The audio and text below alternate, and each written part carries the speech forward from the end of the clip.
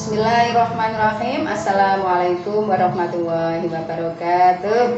Ya, kita ketemu lagi dengan mata latih yang selanjutnya, yaitu dengan materi etos kerja dan etika pendidik PAUD.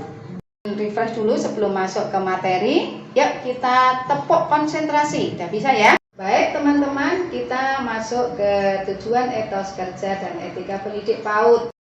Nomor 1, peserta bisa memahami etos kerja dan etika pendidik PAUD. Yang kedua, peserta paham tentang konsep kepribadian pendidik PAUD. Yang ketiga, peserta memahami tentang komunikasi efektif dalam pengembangan program PAUD. Dan yang keempat adalah peserta bisa memahami kerjasama dan strategi dalam pengembangan program PAUD. Kita masuk pada pengertian etika. Pengertian etos, ya. Etos yaitu semangat, ya, berasal dari bahasa Yunani. Di sana disebutkan moral atau menunjukkan karakter moral.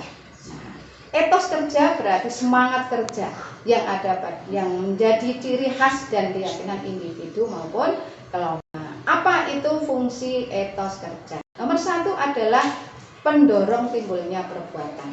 Nah, dengan etos kerja ini kita bisa mendorong terhadap perilaku kita, perbuatan kita dengan adanya etos kerja ini. Nah, dengan ikhlas, dengan ringan tangan. Nah, etos kerja berfungsi sebagai pendorong timbulnya perbuatan. Yang kedua adalah penggairah dalam aktivitas. Kalau dalam diri kita itu punya etos kerja, otomatis kita akan ada gairah untuk beraktivitas. Ya. Nah, yang ketiga adalah penggerak.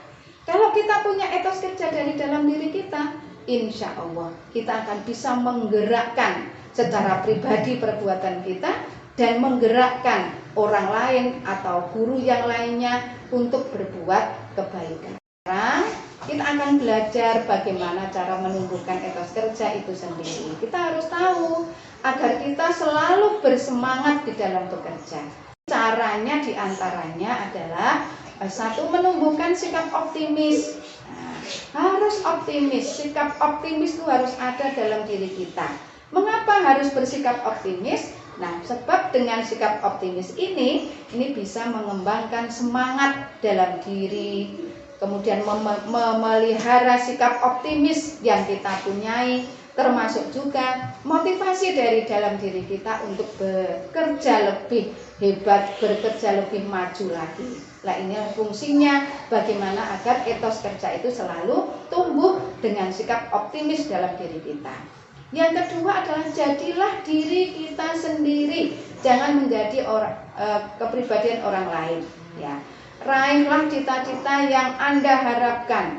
Dengan menjadikan diri kita sendiri ini, kita akan mengetahui kekuatan etos kerja kita dalam diri kita ini.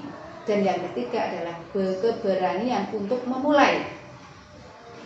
Keberanian untuk memulai ini sangat penting sekali. Maka jangan buang-buang waktu untuk selalu bermimpi saja, ya. Dan jangan juga takut terhadap kegagalan. Bahkan mari kegagalan, mungkin kita sudah pernah melakukan kegagalan itu kita jadikan menjadi kesuksesan. Nah, inilah caranya menumbuhkan etos kerja. Masih ada kaitannya dengan etos kerja adalah aspek yang harus dibina dari diri kita agar etos kerja itu selalu meningkat. Itu dengan apa? Aspek apa saja yang akan mempengaruhi? Aspek apa saja yang harus kita bina dalam setiap hari? Nah, di sini di slide-nya ada 5 yang kita bahas. 1 adalah kesadaran. Kesadaran adalah keadaan mengerti akan pekerjaan kita. Nah, yang kedua adalah semangat. Tentunya semangat ini dibutuhkan dalam berbagai hal. Ya, dalam keinginan kita untuk bekerja, tentunya dalam diri kita harus ada semangat, harus ada etos kerja. Yang ketiga, dalam diri kita harus ada kemauan.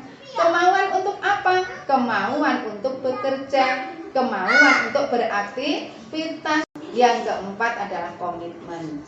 kita sudah berjanji dalam diri kita menjadikan kita sebagai pendidik PAUD.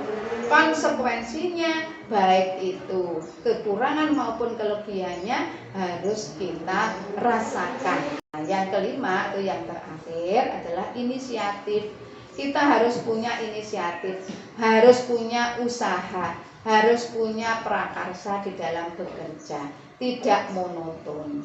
Nah, itulah ada 5 hal ini yang merupakan aspek yang perlu dibina dalam diri untuk meningkatkan etos kerja kita, sehingga etos kerja kita tidak menurun, bahkan akan meningkat, dan meningkat. Nah, sekarang kita masuk pada sub yang kedua adalah etika. Nah, etika itu ternyata ada 2 teman-teman, yaitu etika umum dan etika khusus. Namun sebelumnya, yuk mari kita sejenak untuk menggerakkan tubuh kita, yaitu etika umum dan etika khusus. Nah, apa itu etika umum? Yaitu pedoman berkehidupan manusia, tolak ukur baik dan buruk.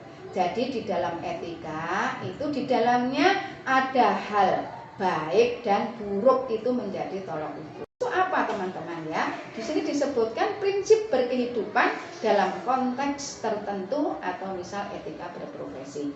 Profesi kita adalah pendidik PAUD. Kita harus tahu bagaimana etika pendidik PAUD. Nah, baik etika umum maupun etika khusus itu semuanya akan berpengaruh terhadap kompetensi guru. Kompetensi guru itu ada kompetensi personal, ada kompetensi sosial, ya, ada kompetensi profesional dan ada kompetensi pedagogi. Keempat kompetensi itu harus ada pada diri seorang pendidik PAUD. Ini kalau kita tidak ada etos kerja dan etika guru PAUD yang tinggi, tentunya semuanya itu tidak akan tercapai. Nah, dari penjelasan di atas, teman-teman semuanya, mulai dari etos kerja sampai etika pendidik PAUD, bisa kita simpulkan bahwa guru PAUD perlu mengembangkan etos kerja dan etika moral yang baik. Yang kedua, guru PAUD harus bisa mengembangkan kompetensinya secara terus-menerus melalui pelatihan-pelatihan. Yang ketiga adalah guru PAUD perlu bermitra dengan komponen masyarakat. Nah, teman-teman, itu tadi adalah mata latih yang sudah saya sampaikan tentang etos kerja dan etika pendidik guru PAUD yang bisa saya sampaikan. Terima kasih atas segala perhatiannya. Mohon maaf atas segala kekurangannya. Wassalamualaikum warahmatullahi wabarakatuh.